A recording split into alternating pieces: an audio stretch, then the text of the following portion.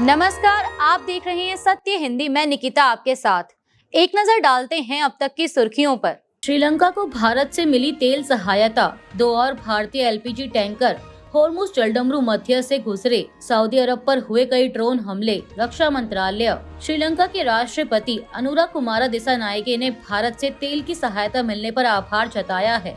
उन्होंने अपने बयान में प्रधानमंत्री मोदी और विदेश मंत्री एस जयशंकर का भी जिक्र किया। उन्होंने एक्स पर लिखा कि कुछ दिन पहले प्रधानमंत्री नरेंद्र मोदी से बात हुई थी, जिसमें उनसे मध्य पूर्व संघर्ष के कारण श्रीलंका को ईंधन आपूर्ति में हो रही बाधाओं के बारे में चर्चा हुई। उन्होंने कहा कि भारत की ओर से तत्काल सहायता मिलने पर आभारी हूँ। 38,000 मीट्रिक टन ईंधन कल कोलंबो पहुंचा। विदेश मंत्री डॉक्टर एस जयशंकर को भी उनके समन्वय के लिए धन्यवाद। हालांकि भारत की ओर से अब तक इस मामले में कोई बयान नहीं आया है। भारत के झंडे वाले 2 और एलपीजी टैंकर, जिनमें देश की कुकिंग गैस की लगभग 1 दिन की सप्लाई है, युद्ध से प्रभावित होर्मुज जलडमरू मध्य से सुरक्षित रूप से गुजर गए हैं और उम्मीद है कि अगले कुछ दिनों में भारत के तटों पर पहुंच जाएंगे। एक आधिकारिक बयान में कहा गया कि 2 एलपीजी कैरियर BWTYR और BW इल्म, जिनमें कुल मिलाकर लगभग 94,000 टन एलपीजी कार्गो है, सुरक्षित रूप से इस क्षेत्र से गुजर गए हैं और भारत के तटों की ओर बढ़ रहे हैं।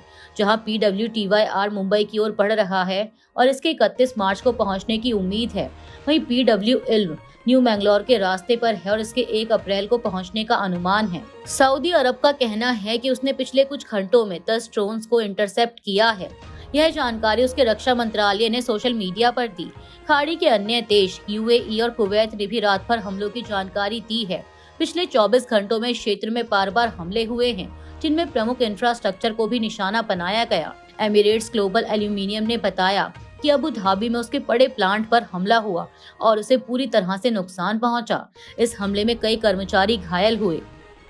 प्रधानमंत्री मोदी के नोएडा वाले बयान पर अखिलेश का पलटवार। अगर बीजेपी सत्ता में आई तो नॉनवेज नहीं खा पाएंगे, ममता बनर्जी। तेलंगाना, माता पिता की उपेक्षा पर वेतन कटौती बिल पास। समाजवादी पार्टी प्रमुख अखिलेश यादव ने नोएडा पर प्रधानमंत्री मोदी के बयानों का जवाब दिया है।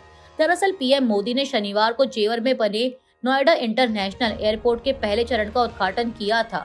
इस दौरान उन्होंने रैली को संबोधित करते हुए उत्तर प्रदेश की पूर्व समाजवादी सरकार पर जमकर निशाना साधा।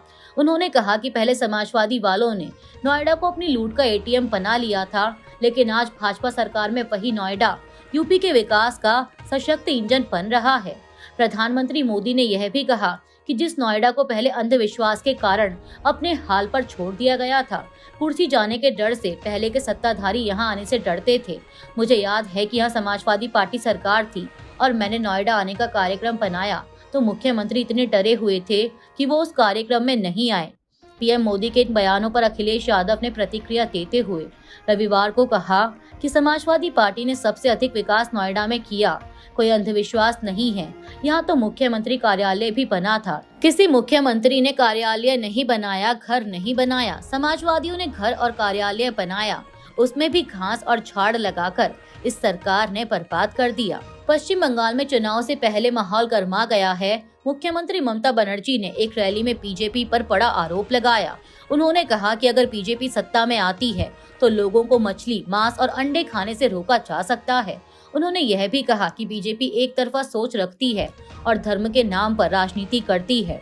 ममता बनर्जी ने दावा किया कि बीजेपी दंगे भड़काकर सत्ता हासिल करती है। उन्होंने यह भी कहा कि बीजेपी शासित राज्यों में आदिवासियों और महिलाओं पर ज्यादा हमले होते हैं।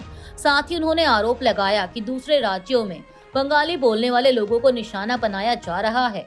उन्होंने कहा कि उनकी सरकार किसी के साथ अन्याय नहीं करती।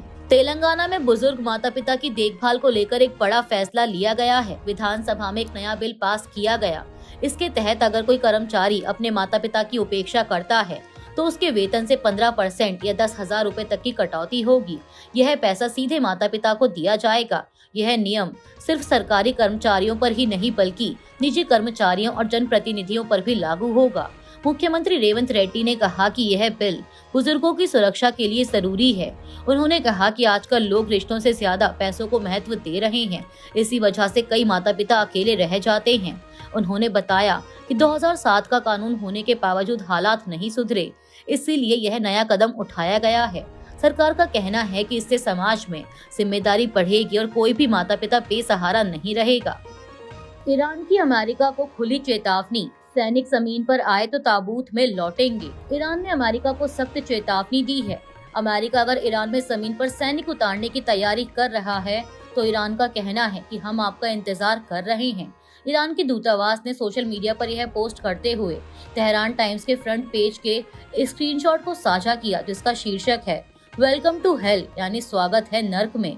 इसके साथ ही अखबार में आगे चेतावनी दी गई है कि अगर अमेरिकी सैनिक ईरान की जमीन पर कदम रखेंगे तो वे ताबूत में ही वापस लौटेंगे।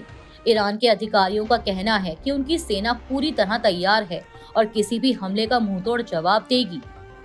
इसराइल का ईरान के नौसेना रिसर्च सेंटर पर हमला, ईरान का दावा, जमीनी हमले की साजिश रच रहा अमेरिका। तेहरान में कतर के अल अरबी नेटवर्क के ऑफिस पर हमला, हूतियों के मिसाइल हमले के खिलाफ अमेरिका इसराइल की तैयारी। अमेरिका द्वारा ईरान में जमीनी सैन्य कार्रवाई की तैयारी किए जाने के बीच तेहरान में कई धमाके सुने गए हैं।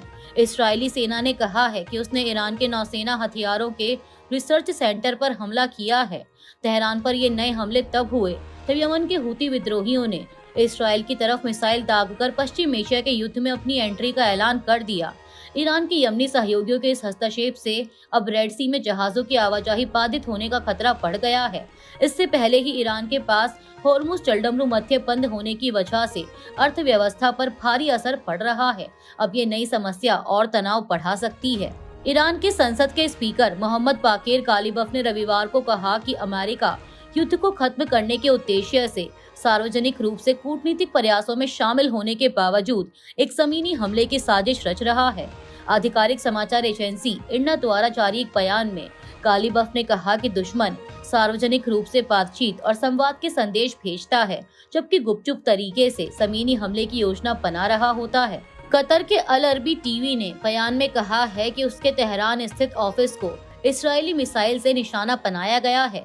टीवी चैनल ने एक्स पर बताया कि उसकी तेहरान वाली बिल्डिंग को भारी नुकसान हुआ है और लाइव प्रसारण रोक दिए गए।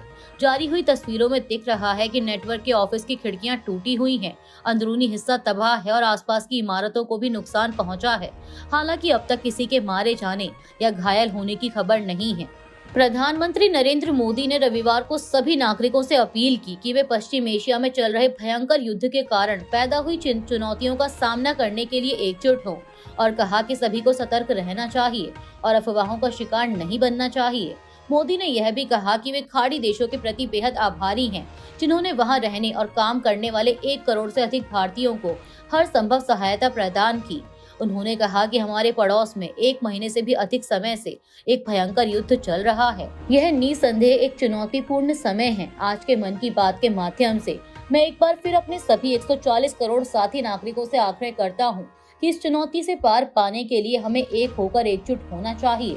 मैं अपने सभी साथी नागरिकों से अपील करता हूँ कि वे सतर्क रहें और अफवाहों का शिकार न बने। तमिलनाडु में 2 सीटों से चुनाव लड़ेंगे विजय। बंगाल चुनाव, ममता का चुनाव आयोग पर आरोप। ममता बोली 1.2 करोड़ वोटरों के नाम काटे गए। मल्लिकार्जुन खड़गे ने असम कांग्रेस का घोषणा पत्र किया जारी। तमिलनाडु विधानसभा चुनाव के लिए एक्टर और नेता विजय ने बड़ा ऐलान किया है। उन्होंने कहा कि वह अपनी पार्टी तमिल कवित्री कचकम की ओर से 2 सीटों से चुनाव लड़ेंगे। ये सीटें पेरम्बूर और त्रिची ईस्ट हैं। चेन्नई में रैली के दौरान विजय ने कई उम्मीदवारों के नाम भी घोषित किए। उन्होंने कहा कि उनकी पार्टी आम लोगों की आवाज बनेगी। उन्होंने सत्ताधारी डीएमके पर भी निशाना साधा। विजय ने कई वादे किए। उन्होंने युवाओं के लिए मदद का ऐलान किया। ग्रेजुएट्स को 4,000 और डिप्लोमा वालों को 2,000 रुपए देने की बात कही। उन्होंने नशा मुक्त और आत्मनिर्भर तमिलनाडु का भी वादा किया। असम विधानसभा चुनाव से पहले कांग्रेस ने अपना घोषणा पत्र जारी कर दिया है। पार्टी अध्यक्ष मल्लिकार्जुन खड़गे ने कई बड़े वादे किए। इसमें 5 मुख्य गारंटियों का वादा किया गया है, जिनमें महिलाओं के लिए नकद हस्तांतरण, स्वास्थ्य बीमा और जमीन के अधिकार शामिल हैं। उन्होंने कहा कि सत्ता में आने पर महिलाओं को हर महीने बिना शर्त नकद सहायता दी जाएगी। साथ ही उन्हें व्यवसाय शुरू करने के लिए 50,000 रुपए भी मिलेंगे। कांग्रेस ने हर परिवार को 25 लाख तक का कैशलेस हेल्थ इंश्योरेंस देने का भी वादा किया। इसके अलावा 10 लाख लोगों को स्थायी जमीन का पट्टा देने की बात कही गई। वरिष्ठ नागरिकों को हर महीने 1250 रुपए देने का भी ऐलान हुआ। खड़गे ने कहा कि ये सभी वादे 100 दिनों के भीतर पूरे किए जाएंगे। उन्होंने बीजेपी सरकार पर भी निशाना साधा। वहीं असम कांग्रेस के अध्यक्ष गौरव गोगोई ने कहा कि उनकी सरकार आने पर सांप्रदायिक नफरत फैलाने वालों के खिलाफ सख्त कानून बनाया जाएगा। अमेरिकी और इस्राएली हमलों में होर्मुज जलडमरू मध्य के पास स्थित ईरान के एक बंदरगाह शहर के एक घाट को निशाना बनाया गया, जिसमें 5 लोगों की मौत हो गई। ईरान की सरकारी मीडिया ने ये जानकारी दी। समाचार एजेंसी इरना ने बताया कि अमेरिकी सायोनी दुश्मन ने बंदर खमीर के घाट पर एक आपराधिक हमला किया, जिसमें 5 लोगों की मौत हो गई और 4 अन्य घायल हुए हैं। ईरानी सेना IRGC ने धमकी दी है कि वह मिडिल ईस्ट में मौजूद इसराइल और अमेरिकी यूनिवर्सिटीज को निशाना बनाएगी। यह धमकी तेहरान की university of science and technology पर हुए हमले के बाद दी गई है। IRGC ने कहा कि जब तक ईरानी यूनिवर्सिटी पर हुए हमलों का बदला नहीं लिया जाएगा, तब तक पूरे क्षेत्र की यूनिवर्सिटीज वैध निशाना मानी जाएंगी। IRGC ने चेतावनी दी कि अमेरिकी यूनिवर्सिटीज के सभी स्टाफ, फैकल्टी, छात्र और आसपास रहने वाले लोग अपनी सुरक्षा के लिए इन यूनिवर्सिटीज से कम 1 किलोमीटर दूर रहें। बयान में यह भी कहा गया है कि अगर अमेरिकी सरकार चाहती है कि इस क्षेत्र में मौजूद उसकी यूनिवर्सिटीज जवाबी कार्रवाई से सुरक्षित रहें, तो उसे सोमवार 30 मार्च को तेहरान के समय के अनुसार दोपहर 12 बजे तक एक आधिकारिक बयान जारी कर यूनिवर्सिटीज पर हुई बमबारी की निंदा करनी होगी। अभी के लिए इतना ही। बाकी की देश दुनिया की बड़ी खबरों के लिए जुड़े रहिए सत्य हिंदी के साथ। Copyright disclaimer under Section 107 of the Copyright Act 1976. Allowance is made for fair use for purposes such as criticism, comment, news reporting, scholarship, and research. Fair use is a use permitted by copyright statute that might otherwise be infringing.